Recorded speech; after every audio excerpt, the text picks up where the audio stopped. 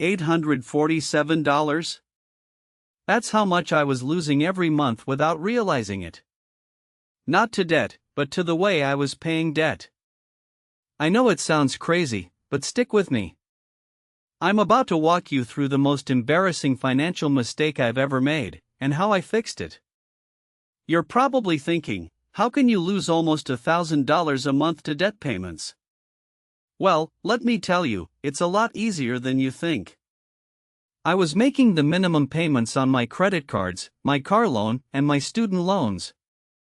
I thought I was doing the right thing, but what I didn't realize was that I was paying way more in interest than I needed to. It wasn't until I sat down and actually looked at my budget that I realized how much I was losing. I was paying over $1,000 a month in debt payments, but only about $150 of that was actually going towards the principal. The rest was all interest. That's when I decided to try the debt snowball method. I'd heard of it before, but I'd never actually tried it. The idea is that you pay off your debts one by one, starting with the smallest balance first. You make the minimum payments on all of your debts except for the smallest one, and then you put as much money as possible towards that one. Once you've paid off the smallest debt, you move on to the next one, and so on. I started by making a list of all my debts, from smallest to largest. I had a credit card with a balance of $500, a car loan with a balance of $10,000, and a student loan with a balance of $30,000. I started by paying off the credit card, and it only took me a few months. Then I moved on to the car loan, and that took a bit longer. But the feeling of paying off each debt was amazing. It was like a weight was lifting off my shoulders. Now, I know what you're thinking. Isn't the debt avalanche method better? And to that, I say, maybe. The debt avalanche method involves paying off your debts with the highest interest rates first, regardless of the balance. And that makes sense, because you'll save more money in interest over time. But the debt snowball method has one big advantage: it's a lot more motivating. When you pay off a debt, you get a sense of accomplishment, and that motivates you to keep going. So, after 6 months of using the debt snowball method, I've paid off 2 of my debts, and I'm working on the 3rd. And the best part is, I've saved over $5,000 in interest. That's right, $5,000. I could have been throwing that money away on interest, but instead, I get to keep it. Now, I want to ask you a question. What's the biggest debt you're currently dealing with? Is it a credit card, a loan, or something else? Drop your biggest debt in the comments below. I read every single comment, and I want to hear from you. If you're struggling with debt, you're not alone. Millions of people are in the same situation, and it's not your fault. But what you do about it is your responsibility. You can't just sit back and wait for something to happen. You have to take action.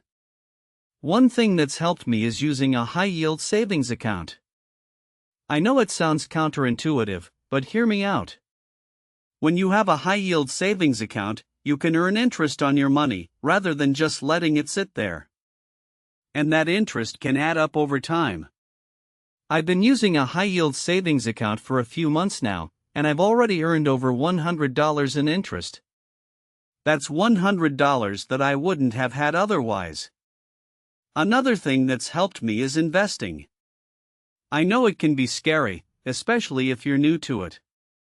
But the truth is, investing is one of the best ways to build wealth over time. And it's not just for rich people. Anyone can invest, regardless of their income or financial situation.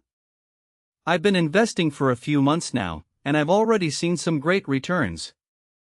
If that just clicked for you, hit like. It tells me to keep making this kind of content. And if you know someone who's struggling with debt, send them this video. It could change their life. In my next video, I'll be talking about the best ways to start investing, even if you're on a tight budget. It's called How to Start Investing with Just $100 a Month. Make sure to check it out. Thanks for watching, and I'll see you in the next video. I want to share a specific example of how the debt snowball method worked for me. Let's take my credit card debt, which was $500. I was paying a minimum payment of $25 per month, and the interest rate was 18%. If I had continued to make only the minimum payments, it would have taken me 24 months to pay off the debt, and I would have paid a total of $945, including $445 in interest. But by using the debt snowball method and putting as much money as possible towards the debt, I was able to pay it off in just 3 months, and I only paid $35 in interest. That's a savings of $410 in interest, just on that one debt. And when you multiply that by the number of debts you have, it can really add up. For example, if you have 5 debts, and you're able to save $400 in interest on each one, that's a total savings of $2,000. That's $2,000 that you can use to pay off your debts even faster, or to invest in your future.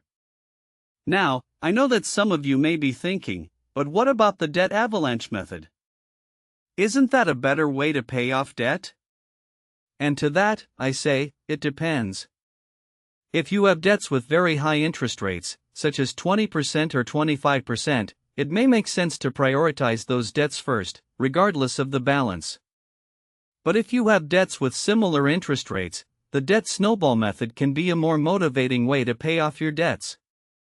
For example, let's say you have 2 debts, a credit card with a balance of $2,000 and an interest rate of 18%, and a personal loan with a balance of $5,000 and an interest rate of 12%. In this case, the debt avalanche method would suggest that you prioritize the credit card debt first, since it has the higher interest rate.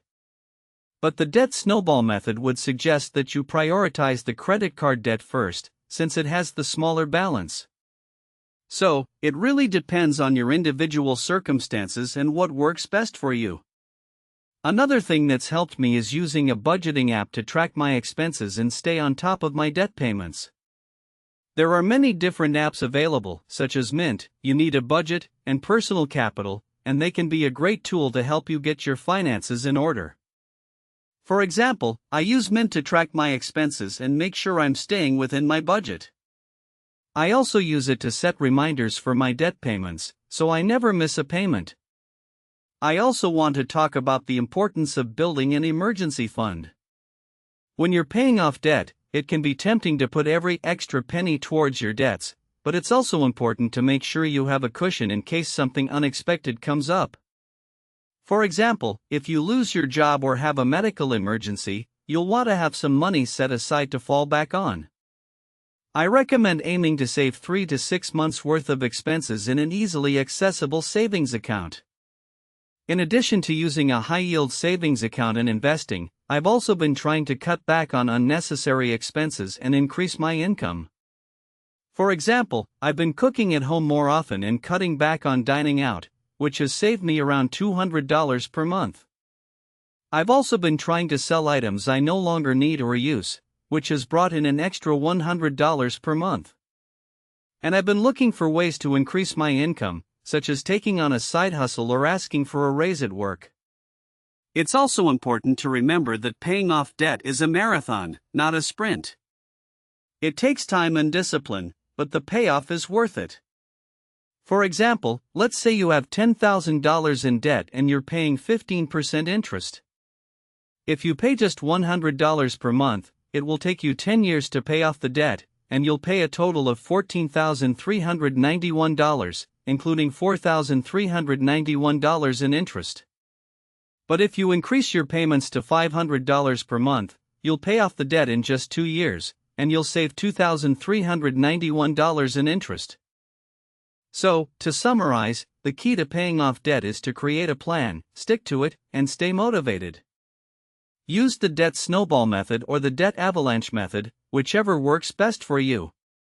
Cut back on unnecessary expenses, increase your income, and use a budgeting app to track your expenses. And don't forget to build an emergency fund and invest in your future. With discipline and patience, you can pay off your debt and achieve financial freedom. I also want to share a story of someone who has successfully paid off their debt using the debt snowball method. Let's call her Sarah. Sarah had $20,000 in debt, including credit cards, a car loan, and a personal loan. She was paying a total of $500 per month in debt payments, but she was only making minimum payments on most of her debts. She decided to try the debt snowball method, and she started by making a list of all her debts, from smallest to largest. She began by paying off her smallest debt, which was a credit card with a balance of $1,000. She put as much money as possible towards that debt, and she was able to pay it off in just 3 months. Then, she moved on to her next debt, which was a personal loan with a balance of $5,000. She paid that off in 6 months, and then she moved on to her car loan, which had a balance of $10,000. She paid that off in 12 months, and finally, she paid off her largest debt, which was a credit card with a balance of $4,000. It took her 18 months to pay off all her debts, but she was able to save over $5,000.